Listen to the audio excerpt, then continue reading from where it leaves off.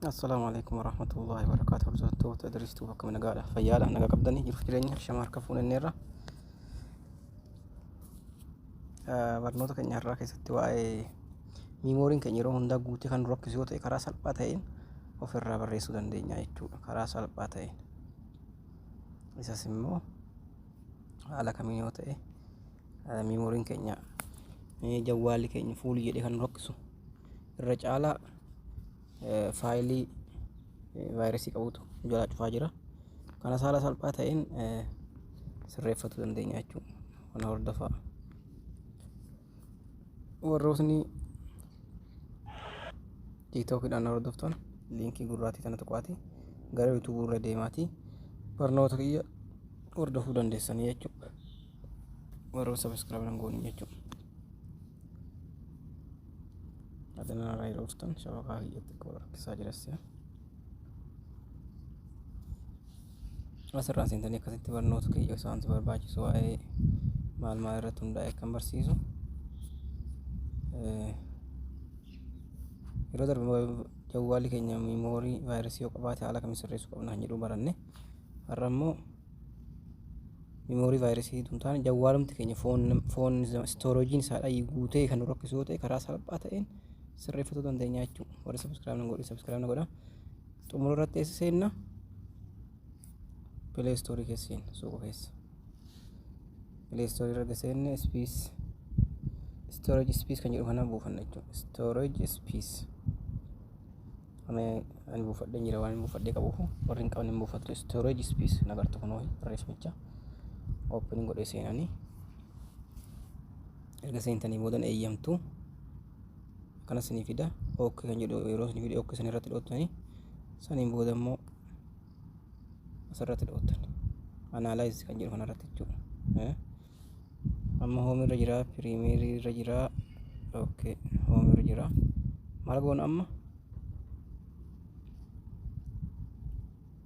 Analyze kan jedhu kanarratti dhoonna jechuudha. Barreeffama ishee analyze yeroo isin mul'atu dhabeeraa ta'e. No. Kana jechuudha.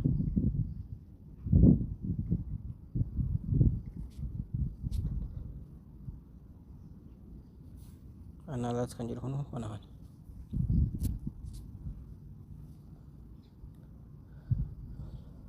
Isarratti dhoonna analyze irratti yeroo dhoonne maal ta'a? Jedhaas malaa wanti inni ta'u.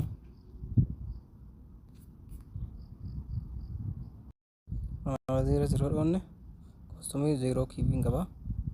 Dokumentii kiibii tokkoon qaba. Audioon akkasuma 290 wayiitu jira. Kana waan barbaadnu ta'een balleessinu audio kan WhatsApp walii ergine maal muuziqaas ta'e walii qabee ka'a. 590 jira wal hiyyaarra. Viidiyoo 60 jira. Image 566 jira jechuudha. Kana keessa kajjalla azar file kan jedhu kana inni man barbaachisu jechuudha. Kun akkana jechuudha. Wanti tokko inni barbaachisu jiru caliidheetu. Kunan banannee caliidheetu. Kana keessa kamera dhoonna isa amma asirratti azar file sirratti dhoonna jechuudha. Erga azar file irratti dhoonnee booda ol jala saanduqa jirtu kana irratti dhoonna jechuudha. Irratti dhoonna.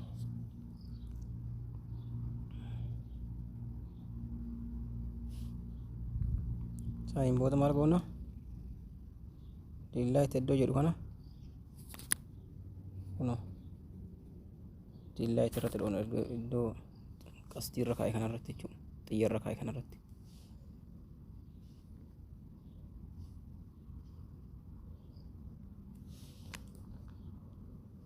Saniin booda diillaayit kan jettu fayyadamna jechuudha.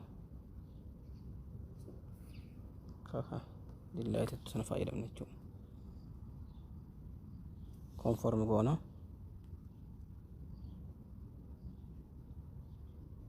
Kana qulqulleessinee irraa jechuun jawwaalli keenya qulqullaa'aa jira jawwaalli keenya. Ani duraan waan qulqulleessaa jiruuf amma waan xiqqoodhaan argattan malee kan keessan irratti 400 hanga giigaa 5 6 8 giigaa 10 olii kaa'uu danda'a jechuudha. an dura waan hin qulqulleessee jiruufi haala kanaan naa kaa'ee jechuudha. Kanaaf waan dhaggeeffataniif galatoomaadha.